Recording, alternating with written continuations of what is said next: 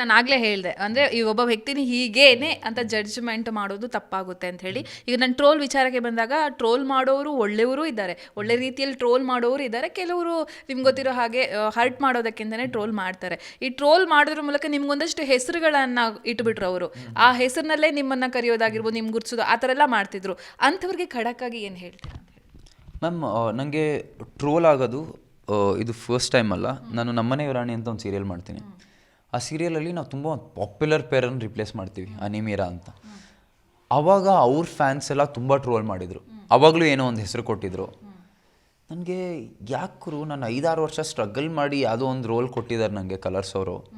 ಅಷ್ಟು ವರ್ಷ ಆಡಿಷನ್ ಮಾಡಿ ಒಂದು ರೋಲ್ ಸಿಕ್ಕಿದೆ, ಯಾಕೆ ಈ ಥರ ಆಡ್ತಾ ಇದ್ದಾರೆ ಅಂತ. ಆಮೇಲೆ ನಾನು ಅಡ್ಮಿನ್ಸ್ ನೋಡಿದೆ ಯಾರು ಇವರು ಅಂತ. ಎಲ್ಲ ಚಿಕ್ಕ ಚಿಕ್ಕ ಹುಡುಗರು ಮ್ಯಾಮ್, ಇಟ್ಸ್ ಆಲ್ ಕಿಡ್ಸ್. ಚಿಕ್ಕ ಹುಡುಗರು, ಸ್ಕೂಲ್ ಹುಡುಗಿರು, ಕಾಲೇಜ್ ಹುಡುಗರು. ಆವಾಗ ಅನಿಸ್ತು ನನಗೆ ಇವ್ರು ಯಾರು ವಿಲನ್ಸ್ ಅಲ್ಲ ಆಯಿತಾ. ಅವ್ರ ಪೇಜ್ನ ಇದು ಮಾಡೋಕ್ಕೆ, ಅಂದರೆ ರೀಚ್ ಇನ್ಕ್ರೀಸ್ ಮಾಡೋಕ್ಕೆ, ಮತ್ತು ಅವ್ರಿಗೆ ಯಾರೋ ಫೇವ್ರೇಟ್ಸ್ ಇರ್ತಾರೆ. ಅವರು ಒಳಗಡೆ ಯಾರೋ ಕಂಟೆಸ್ಟೆಂಟ್ ಫೇವ್ರೇಟ್ ಇದ್ದರೆ ನಾವು ಅವ್ರ ವಿರುದ್ಧ ಮಾತಾಡಿರ್ತೀವಿ. ಸೊ ಅವ್ರು ಅಲ್ಲೋ ಏನೋ ಹರ್ಟಾಗಿ ಮಾತಾಡ್ತಾ ಇರ್ತಾರೆ. So I don't think they are coming from bad place. And ಅವ್ರದ್ದು ರೋಸಿ ರೋಟಿ ನಡಿಬೇಕು. ಅವ್ರಿಗೂ ಪ್ರಾಬಬ್ಲಿ ಅಲ್ಲಿಂದ ಏನೋ ಸಿಗ್ತಾ ಇರುತ್ತೆ, ಅವ್ರಿಗೆ ಅದರಿಂದ ಏನೋ ಪೇಯ್ಡ್ ಕೊಲ್ಯಾಬ್ರೇಷನ್ ಸಿಗುತ್ತೆ. ನಂಗೆ ಅರ್ಥ ಆಗುತ್ತೆ. ನನ್ನ ಲೈಫಲ್ಲಿ ಯಾವತ್ತೂ ನನಗೆ ಇನ್ನೊಬ್ರು ಶೂಸಲ್ಲಿ ನಿಂತ್ಕೊಂಡು ಯೋಚನೆ ಮಾಡೋಕ್ಕೆ ಬರುತ್ತೆ, ಆ ಎಂಪತಿ ಇದೆ ನನಗೆ. ಸೊ ನಾನು ಅವರು ಇದರಲ್ಲಿ ನಿಂತ್ಕೊಂಡು ಯೋಚನೆ ಮಾಡಿದ್ರೆ ಪಾಪ ಅವ್ರಿಗೂ ಏನೋ ಕಷ್ಟ ಇರುತ್ತೆ, ಅವ್ರಿಗೂ ದುಡ್ಡು ಬೇಕಾಗಿರುತ್ತೆ, ಮಾಡ್ತಾ ಇರ್ತಾರೆ.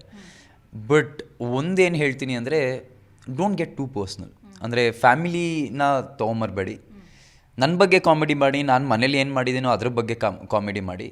ಆ್ಯಂಡ್ ಅದು ಚೆನ್ನಾಗಿದ್ರೆ, ಆ ಹಾಸ್ಯ ಚೆನ್ನಾಗಿದ್ರೆ ನಾನೇ ಅದನ್ನು ಲೈಕ್ ಮಾಡಿ ಕಮೆಂಟ್ ಮಾಡ್ತೀನಿ ಹಾಂ ಅಂತ. ಸ್ವಲ್ಪ ಅಂದರೆ ಆ ಒಂದು ಮಿತಿ ಮೀರಬೇಡಿ ಅಂತ ಹೇಳ್ತೀನಿ ಅಷ್ಟು. ಪ್ರತಿಕ್ಷಣದ ಸುದ್ದಿಗಾಗಿ Zee Kannada news app download ಮಾಡಿ.